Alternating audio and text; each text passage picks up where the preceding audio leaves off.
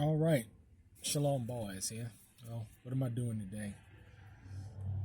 Working on a project for a recurring client, which is good business. I always like to put the clients that give me a lot of business, I try and make sure I schedule them first. But I'm out here, and I just not got to finish having me some lunch.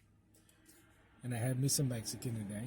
And during the same time, being in this area that I am in, which is about a half hour away from the land,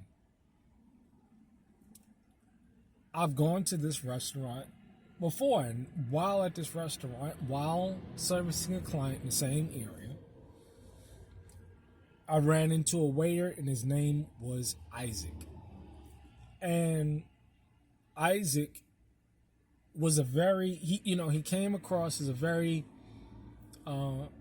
nice guy, nice young man. He told me that he was from Texas. He, I think, recently had a child, and he was attempting to send money back to his baby mother, and, to provide for the child. And I thought this was, very commendable, and I was curious why he was out here. And he was telling me about his situation. Now, I'm at a Mexican restaurant. And he just so happened to be Mexican. So, after coming here, because the project that I had was a couple of days, so I came here to have some lunch every day. So I was able to speak to Isaac. And he began to tell me, about, the things about where he was from, and, he was looking for an opportunity. And I said, hey, Isaac, listen, you come across as a very nice guy. If you're looking for some work, I got some work for you.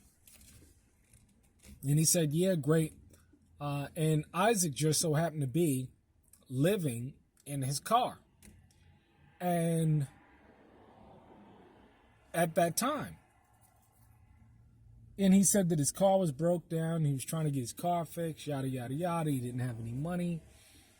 All fine and dandy. And then like the third day I came back, he said that a lady or the owner or someone in the restaurant that I am at right now, or parked outside of, he was staying with her. And I said, that's cool. It's all good, and he was telling me about his plans. He wanted to do construction, so forth and so on. And that he worked a construction crew out in Texas. But he was out here now, and so forth and so on. And he was waiting at the restaurant. He was a waiter at the restaurant. So he was staying with, it turns out to be the daughter's owner of the restaurant, who lives with her mother, and they have a place together. And so he ended up staying with her. And interestingly enough, I'm here, have been in here since then. And I said, where is Isaac? And she said, and I told her, I described Isaac to her.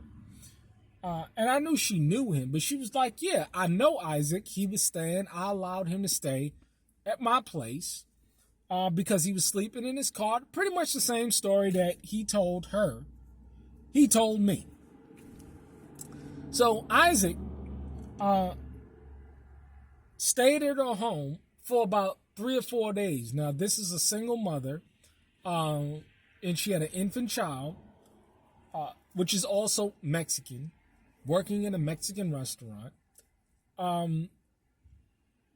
She allowed him to stay with her, with the mother's permission. She thought it was a nice thing to do. It was no hanky-panky, nothing like that. I guess in their culture, this is how they are. I'm not a Mexican, so I don't know. She was telling me This is what was going on. The mother was totally for it.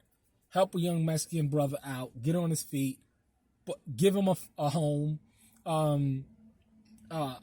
Give him charge him, a couple of dollars in rent, so forth and so on. So Isaac begins to smoke weed in the home that, remind you, he was living in his car. He began to have candy wrappers and junk food because, you get the munchies, candy wrappers and junk food. He began to leave his drawers all in the bathroom. Now, think about this for 1 second. Really think about the depraved mind of such an individual. You are homeless living in your car. Someone gives you the opportunity for a place to lay your head, and you turn around and you defile that place. You have no kind of respect for the people that's giving you shelter. Isn't this not the situation? I've been in this very same situation. This is why it is so important to vet people and ask the right questions. One of the chief questions you need to ask people, because see, as we know in this country, there is a homeless epidemic. They're not showing you on CNN, NBC, Fox News. They're not showing you the tent cities that's popping up all over the United States. They're not showing you the single mothers. They're not showing you the veterans. They're not showing you the opioid. See, they're not showing you any of this shit on TV. It is the homeless population in California alone is astronomical. You can be coming off and on the highways and you have tent encampments. But see, they're not showing you because they want you on Hulu, Netflix, TikToks, Facebook, YouTube. That's where they want you at. Nonetheless, you have to vet people because, see, if you ask some basic questions, and because, see, it's a heart thing. You want to help somebody. You genuinely want to help somebody in need. Whether it's a single person, a family, you want to help. But see, you come to find out 9 times out of 10 that a lot of people are homeless. A lot of people are in the situation that they're in. They're in the impoverished state that they're in. They're in the depraved state that they're in. They're in the shacked up state that they're in is because of their own choices and decisions. And you want to help out everybody. I mean, could you go out to California, and drive down California Skid Row? Because, see, now we went from Hooverville to Trumpville to Obamaville to Bidenville. See, all we got, and the bills are just getting worse. Look up Hooverville, what happened.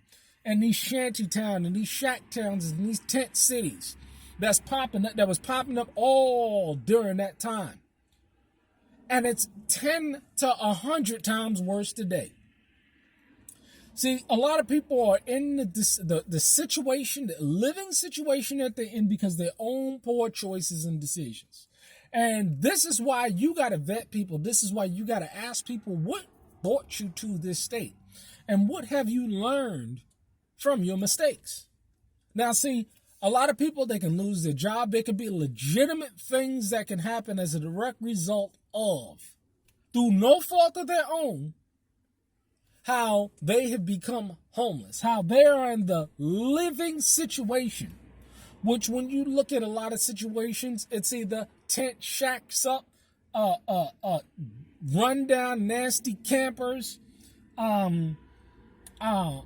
tents on the side of the road, RVs parked in the streets, on the street corners, because these people are working at Denny's and Walmart, but they can't afford to live anyplace, so this is where they live themselves. You see it all the time. Poor choices and decisions. Just because somebody's in a deplorable state does not mean that they're a victim. Does not mean that they were the victim of somebody else's doing. And what we're seeing more and more today, watch this channel, Invisible People. Millions of subscribers, whatever, you know what I mean? Or 100,000 of subscribers of all these homeless people. And you can tell who was the jack up, the screw up, and you can tell the people that were really genuinely just caught in a bind, a medical bill, something unforeseen happened where everything was going fine, something unforeseen happened, and as a direct result, they became destitute. See, a lot of people are destitute today, unfortunately, is because, again, their own poor choices and decisions. I'm going to link Invisible People in the description below so you can see, because, see, again, we have a serious homeless population, and it's getting worse. As people get evicted from their homes, again, the eviction moratorium is ended. Hundreds of thousands of people are being kicked out on their homes because they chose not to work. They wanted to get stimulus checks, and they thought that they could not pay their rent.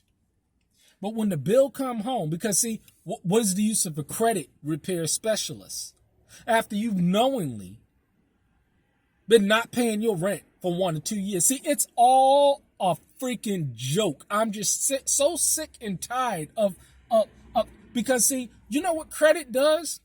Credit allows you to push out to the world a lifestyle that you freaking don't even truly can afford.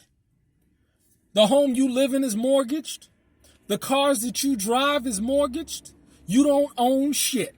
And that's the serious sad fact of the matter. It's just all an illusion. See, the 30-year mortgage is all an illusion. The 7-year car note is all an illusion for people to keep up the illusion that they're prosperous.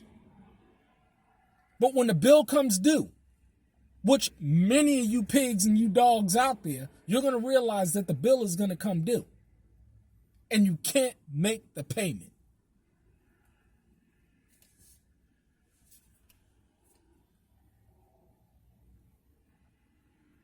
Those very same people, whose fault is it that they've gotten defaulted on?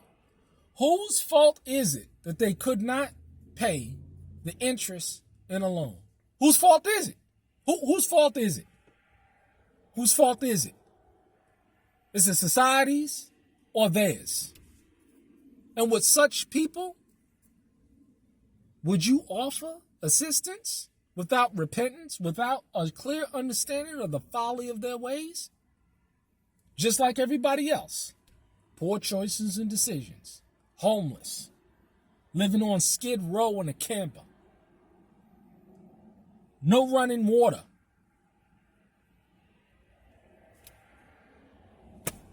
choices and decisions.